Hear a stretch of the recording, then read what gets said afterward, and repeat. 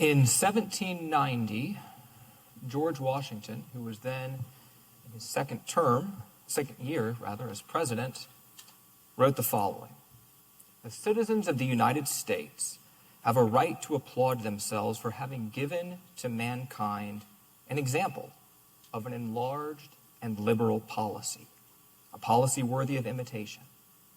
All possess alike the liberty of conscience." To whom did he say that? Was it to majoritarian Anglicans?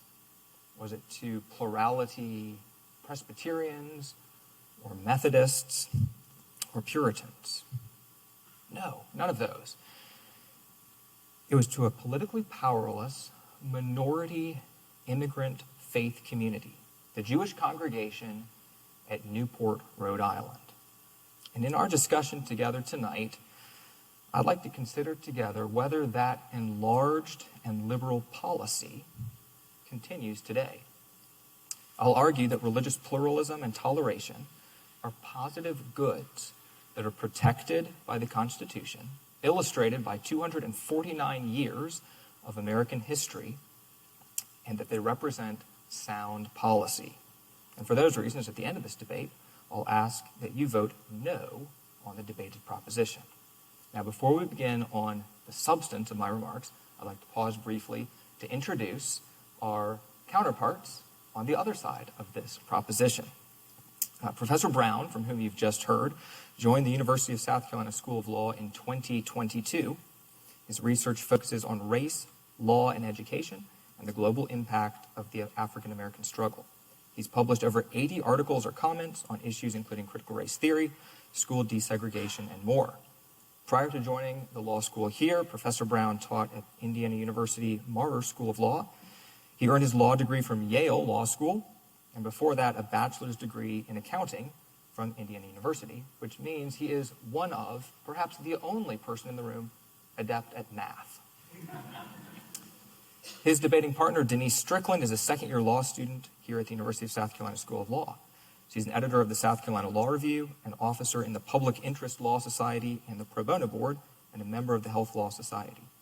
She's earned a bachelor's degree in biology, a master's in secondary science education, a master's degree in speech pathology from UNC, has taught in the United States and Nicaragua, and currently is a practicing acute care speech-language pathologist, which, though the introduction doesn't say this, probably means she is perhaps the only person in the room fluent in the International Phonetic Alphabet, the IPA.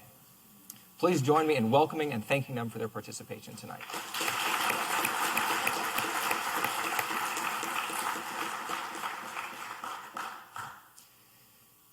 In the time we've got left together in my opening remarks here, I'd like to group my thoughts into three primary categories or headings.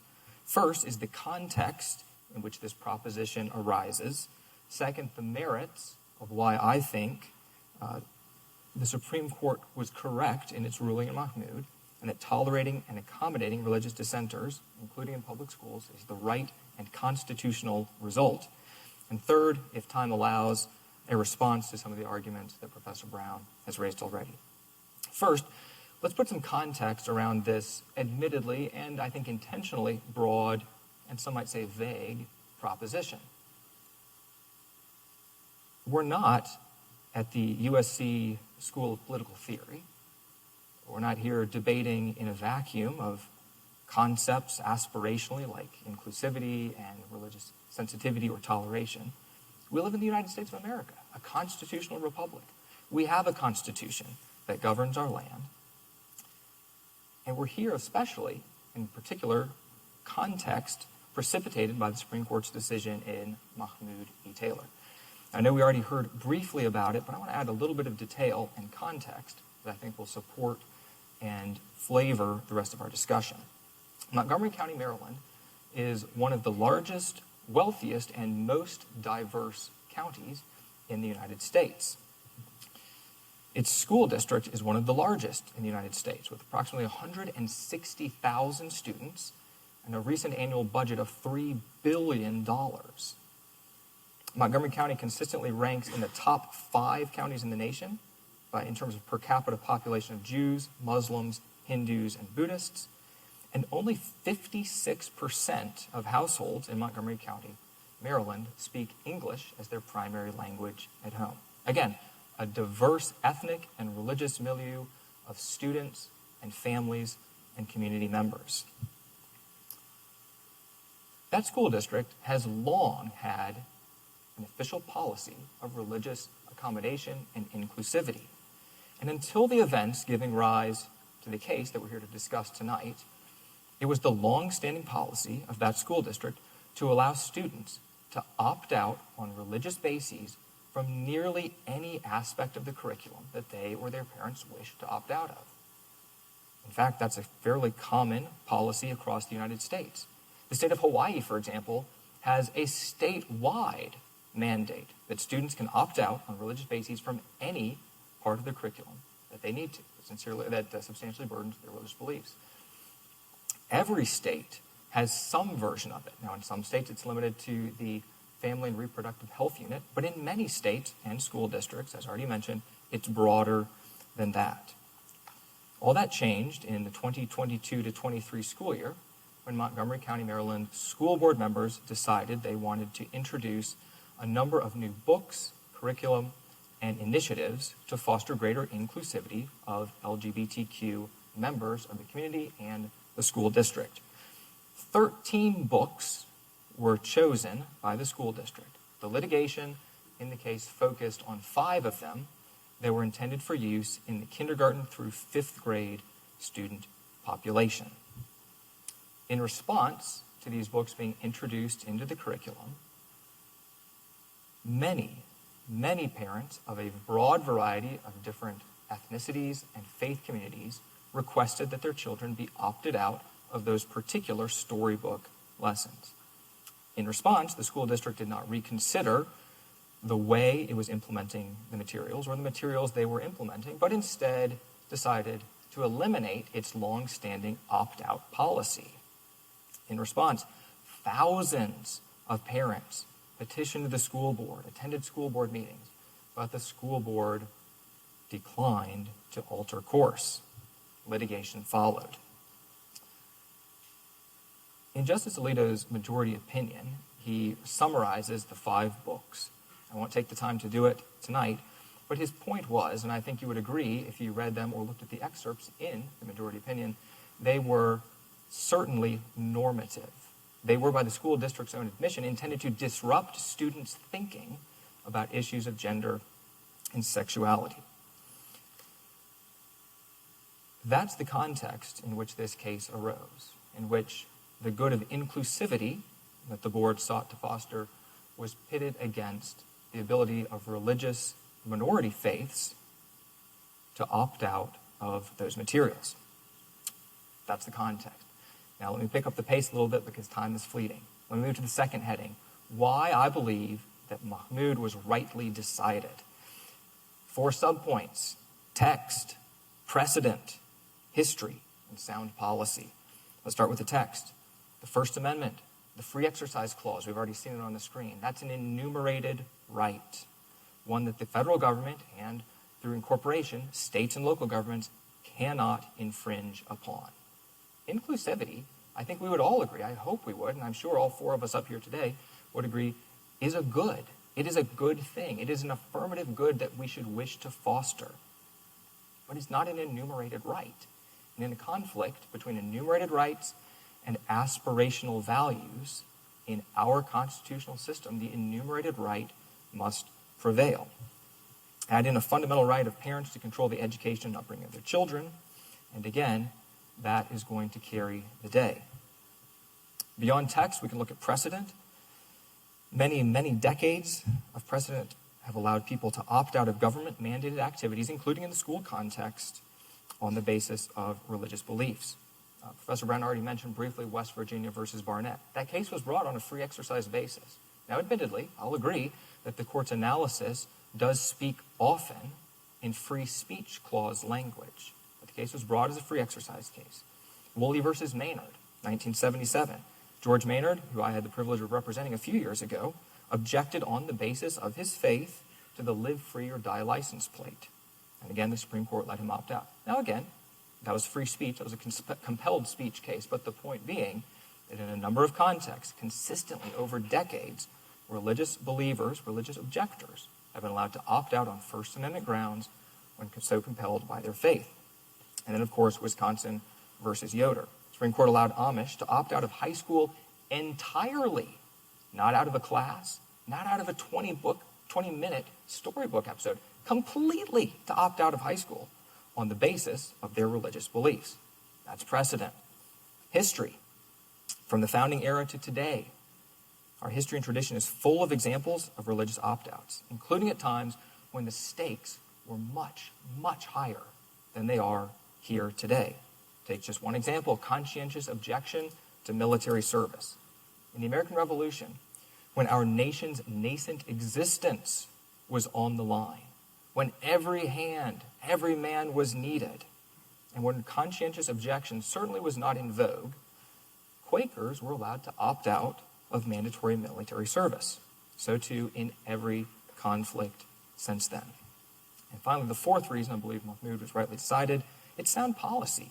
Again, no one up here opposes inclusivity. It's good. We should aspire to it. But religious toleration and accommodation are inclusive. The parents in Mahmoud didn't try or want to change the curriculum. The court's opinion didn't require or even permit that. They didn't remove the storybooks. They didn't try to force their religious beliefs on anyone. They simply wanted to be informed and permitted to be excused from discrete portions of instruction. At the risk of eating up too much of my time, if on the policy basis that still feels a little uncomfortable to you, try to reverse the polarities. Imagine if instead of Montgomery County, Maryland, and LGBTQ-themed materials, imagine we were talking about a school in, let's say, Florida or Texas. Let's pick Florida, where schools, as part of their social studies or heritage curriculum, required each week students to watch a video by, let's say, the Secretary of the Department of Homeland Security, or from the White House, talking about immigration and advancing the administration's views on immigration. Now, there are certainly Americans who have argued in court that they have a religious belief contrary to that they have a religious belief that they should be hospitable, welcoming, and accommodating of strangers, foreigners, and aliens. And if on that basis those parents didn't want their children to sit through the video lesson by the Secretary of DHS or Ron DeSantis and wanted to opt their kids out, does that feel different to you? If it does, perhaps it should feel the same here when the polarities are reversed. I've got just a few minutes left. Let me respond briefly to a few of Professor Brown's points. One of his arguments was that at the time Yoder was decided, and in prior eras of American history, we didn't have the same type and degree of religious diversity that we have today. To be honest, I'm not sure if or whether that's accurate, but more importantly, I don't think it matters. Firstly, from the founding era to today, protections of the First Amendment, doctrinally, were expressly intended to protect minority groups. No matter what specific minority groups they were or how commonly represented they were, doctrinally the point remains. They were intended to protect against majoritarian principles. And I think there have been a broad array of religious minorities in the nation from its inception. Roger Williams, the founder of Rhode Island, once wrote, "No person, papists, Jews, Turks, or Indians, should be disturbed at their worship." Thomas Jefferson wrote, "Neither pagan nor Mohammedan nor Jew shall be excluded from the civil rights of the Commonwealth because of their religion." John Leland, the famous Baptist minister of the colonial era, wrote, "If a man merits the confidence of his neighbors, whether he worships one God, 20 gods, or no God, be he Jew, Turk, pagan, or infidel, he is eligible to any office of the state." For 249 years, religious minorities, as they were recently in Mahmoud, have been entitled to accommodation and toleration. A second argument that Professor Brown made was that Mahmoud will allow religious parents to opt children out of all kinds of things, evolution, civil rights, etc. First, and I say this charitably, I think it's unwarranted and frankly a little insulting to believe that people of faith will employ the opt-out right in a pretextual, bigoted, or overly expansive way. people of faith, in the same way as your local school board, perhaps even more so, want their children to be well educated, widely exposed to ideas, including objective ideas and materials with which they disagree, so long as they are not, in the words of Justice Alito, undeniably normative and intended by the school to disrupt their beliefs. Lastly, the argument, and this was echoed not only in Professor Brown's comments, but in Justice Jackson's dissent, that such opt-outs could be unworkable. They could be overwhelming. Again, I find it hard to believe, particularly when Montgomery County, Maryland has long had the very opt-out policy, or effectively the same opt-out policy that the Supreme Court now requires, when the state of Hawaii has the same opt-out policy, and when school districts across the country have similar opt-out policies. I'll read again from President Washington's letter to the Jewish congregation in Newport, Rhode Island in conclusion. He wrote, "May the Father of all mercies make us all in our several vocations useful here, and in his own due time and way everlastingly happy. I'd submit to you that this exhortation is still true today, and for the reasons I've explained, I urge you to vote no on the proposition this evening." Thank you.